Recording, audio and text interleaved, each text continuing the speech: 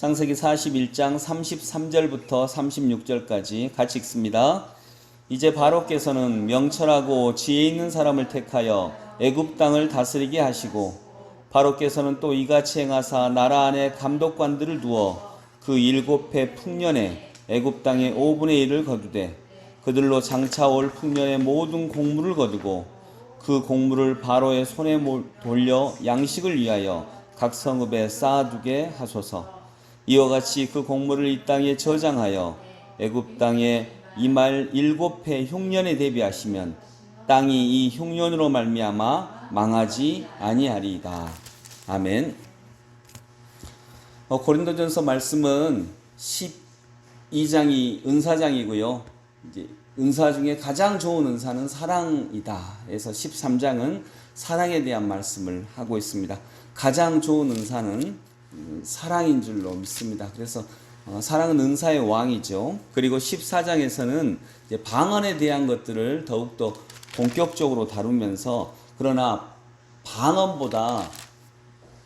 방언은 상대방이 내 말이 무슨 말인지를 알아듣지 못하잖아요. 방언보다 서로 마음에 덕을 세우는 알아들을 수 있는 말, 여기는 예언이라고 표현했는데 그런 말을 사모하라. 그래서 결론적으로는 19절에 나와 있는 말씀, 그러나 교회에서 내가 남을 가르치기 위하여 깨달은 마음으로 5마디 말을 하는 것이 1만 마디 방언보다 더 낫다, 이렇게 말씀을 하고 있습니다. 그래서 이 말씀은 서로 소통하고 서로 덕을 세우고 이것이 훨씬 더 소중한 것이다, 사랑과 연결되는 것이죠. 또한 그 창세기 어제 우리가 주일에 나누었던 말씀을 잠깐 살펴보면 애굽 땅에 위기가 왔죠. 네, 앞으로 흉년이 올 거다라고 하는 것으로 애굽 땅에 위기가 왔어요. 그것처럼 우리나라 땅에도 온 세상에도 지금 코로나로 인한 위기가 왔습니다. 이 온 세상의 위기는 개인의 위기와 연결이 되겠습니다. 그래서 위기가 왔습니다. 이 위기를 어떻게 극복을 해야 될까? 애굽 땅에 왔던 위기는 누가 해결을 하죠? 요셉이 해결을 합니다. 근데 요셉은 애굽 땅에 주류로 있던 사람이 아니었습니다. 요셉은 애굽 땅에서 감옥 안에 갇혀 있던 사람이었습니다. 보잘것없는 사람이었습니다. 다른 생각을 가진 사람이었습니다. 애굽 땅에 위기가 왔을 때 바로 왕이 이 위기를 해결하지 않습니다. 애굽 땅에 온 위기는 요셉이 해결합니다. 그렇다면 지금 이 세상에 온 위기도 누가 해결할 수 있을까? 지금까지 이 세상의 주류라고 볼 수 있는 그런 사람들이 해결할 수 있을까?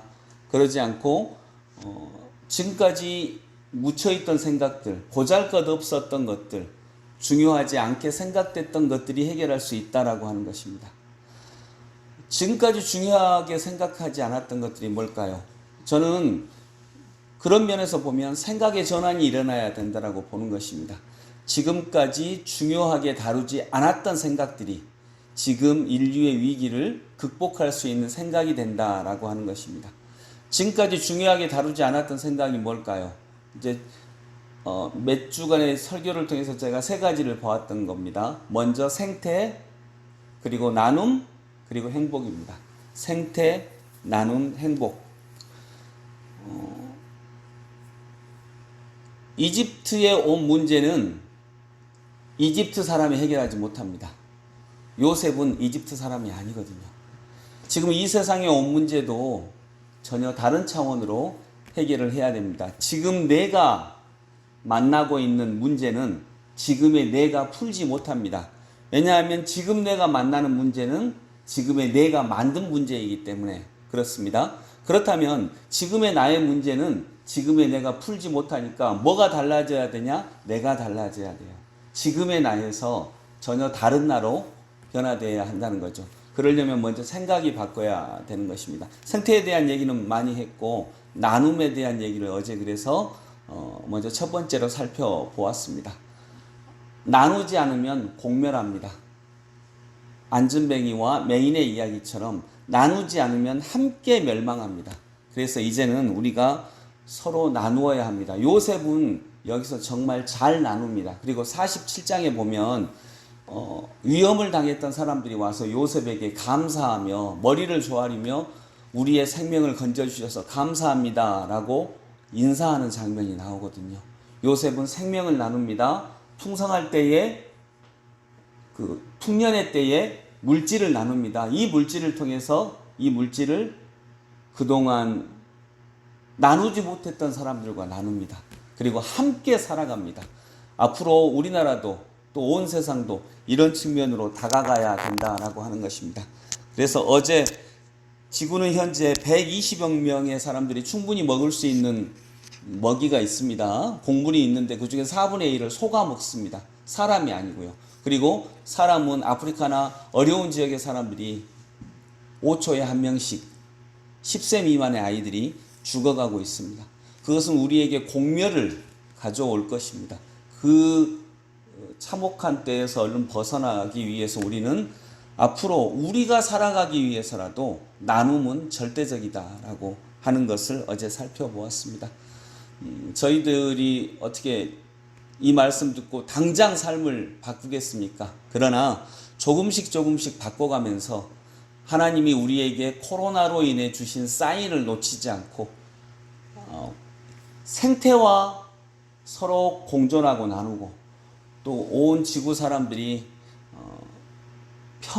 완전히 평중되어 있는 부가 서로 나눠주고 서로 어우러져 사는 그런 세상을 하나님이 바라시고 계시다는 것을 코로나로 인해 우리가 느낄 수 있습니다. 그것을 누리며 살아가는 또 나누며 살아가는 저희들이 될 수 있기를 소망합니다. 기도하겠습니다. 하나님 아버지, 이집트 땅에 온 위기는 이집트의 생각으로는 해결할 수 없습니다. 이집트 땅에 온 위기는 다른 데에서 온 생각이 해결합니다. 오늘 이 지구상에 온 생각도 지금까지의 생각이 해결하지 못합니다. 새로운 생각이 해결할 수 있습니다. 이 새로운 생각이 바로 생태와 공존하고 부의 편중이 있어서 너무나 심하게 왜곡되었던 우리 온 세상 사람들이 함께 나누면서 공존하는 것입니다. 우리가 작은 것에서부터 우리 삶의 아주 작은 영역에서부터 이러한 하나님의 마음들을 실천하며 나아가는 저희들 되게 하여 주옵소서. 그 가운데 예수께서 우리의 구원자로 오심을 믿습니다. 예수 그리스도 이름으로 기도드립니다. 아멘. 주여 삼창하시고 우리 함께 한 마음으로